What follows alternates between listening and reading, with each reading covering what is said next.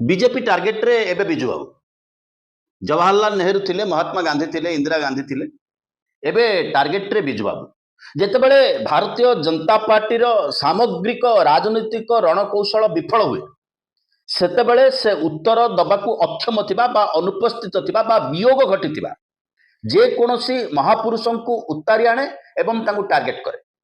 समान कथा घटुची वर्तमान ओडिशा रे बा ओडिशा राजनीति रे।